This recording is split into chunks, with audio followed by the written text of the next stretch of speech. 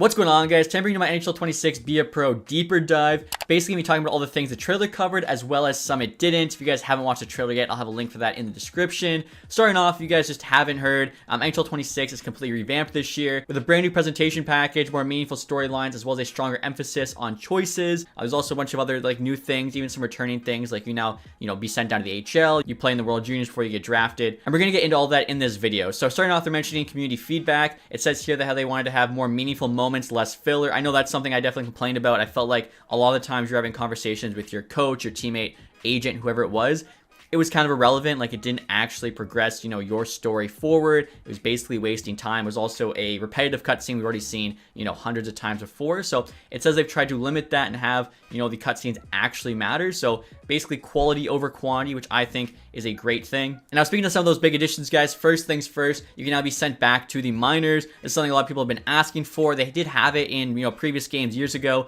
finally bringing it back. Obviously, if you're not playing well, it does make sense for you to get demoted.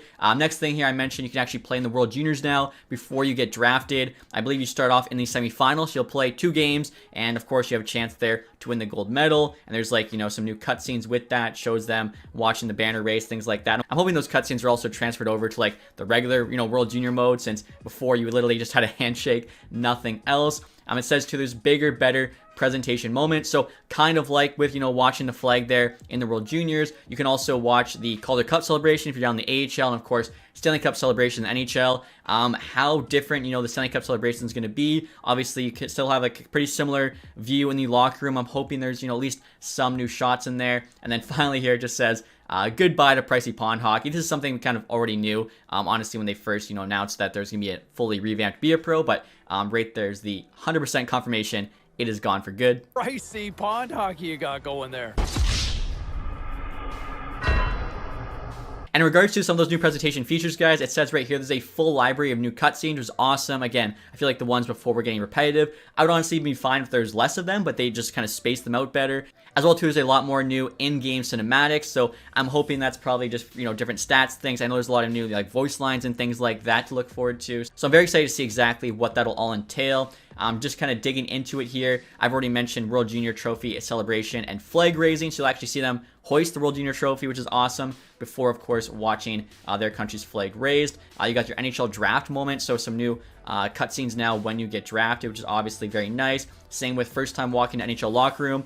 It was the same thing the last 5 years. I can picture the shot in my head, him walking in, looking at his phone or whatever. So that'll be different, although the locker room does kind of look the same to me in the shots. You then have new tunnel walkouts, which is very cool. Obviously, something that's been in previous games they're bringing back. It is only for select teams. I know we saw San Jose, Vegas in the trailer. Maybe another team I'm forgetting. So, maybe you want to pick one of the teams that has, a unique tunnel walkout. Otherwise, you're not really getting that feature. AHL Trophy celebration, we already mentioned that. Stanley Cup celebration, followed by a new locker room celebration after the team photo. So that might mean the Stanley Cup celebration is the same, but you get a new, in locker room celebration with the boys, that kind of thing. And again, looks like a similar locker room, but will be, different celebration. Retirement ceremony, they also teased this in the trailer. You can actually see your jersey being retired, or maybe they just have your jersey number up there while you retire, but definitely, makes me think, would love to see jersey retirements in Be a Pro as well as franchise in the future, if that's not what's already there.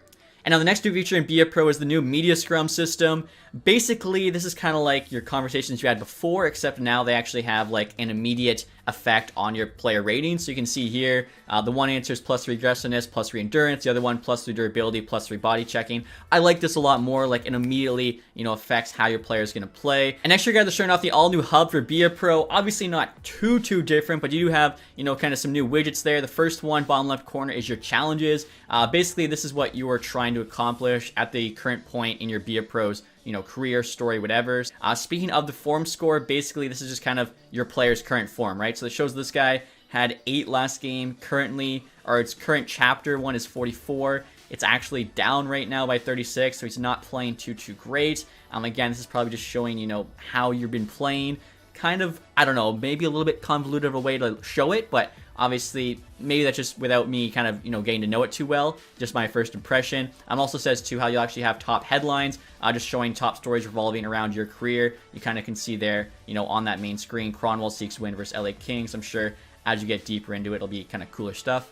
And next year, guys, is saying how there's a lot more stakes and consequences this year, with every single decision you make in the mode mattering, whether that be, you know, what you say to the media, how you play, what you know, say to your teammates, coach, GM, etc. That will affect kind of your story and your Be a Pro. So obviously playing well will mean you'll get those top minutes, and if you're playing bad, you'll go down to the minors. But I'm really curious to see how, like, you know, being nice or, you know, being mean in terms of questions and stuff will actually affect, you know, where you play or maybe getting traded, things like that. Next up here, it's actually showing just, you know, the new X Factor system there. We actually see some more Born Leaders coming back, but like a different logo. Again, there's 28 new X Factors.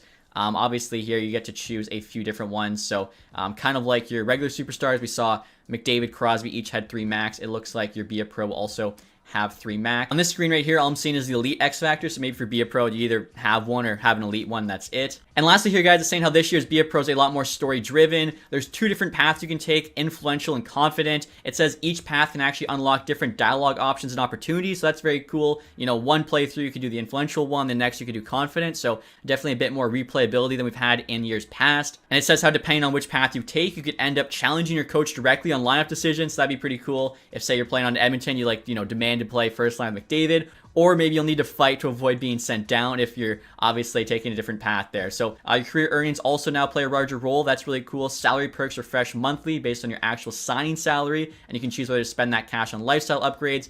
Again, in previous games, you know, you probably buy a car, it'll increase your speed just so there's, you know, some sort of in-game relevance, or accept endorsement challenges that could boost your brand. Obviously, you know, gaining more followers, things like that, probably increases like your player morale, other stat boosts. I don't think I mentioned it yet, but there's actually a new energy system as well. So I'm sure a lot of that off-ice stuff will actually influence, you know, how much energy you have. But yeah, at the end of the day, guys, it's just saying, you know, how this one's more story driven, and all of your choices will influence whether or not, you know, you're a star player, demanding a trade, you know, get enough play time, or you're somebody, you know, grinding it down in the minors. Whatever ends up happening, you know, the choice is yours. So I definitely am excited for this year's Be a Pro. I mean, it's, you know, fully revamped. Do still have, you know, some concerns about some things, and I, you know, really wish some of this stuff would actually make it over to franchise. Whether that's the case, time will tell. But overall, very excited. I'd love to hear your guys' thoughts on all the new Be a Pro features in the comment section below. If you guys did enjoy this one, leave that thumbs up, subscribe if you haven't. Thank you guys so much for watching. Have a nice day. Goodbye.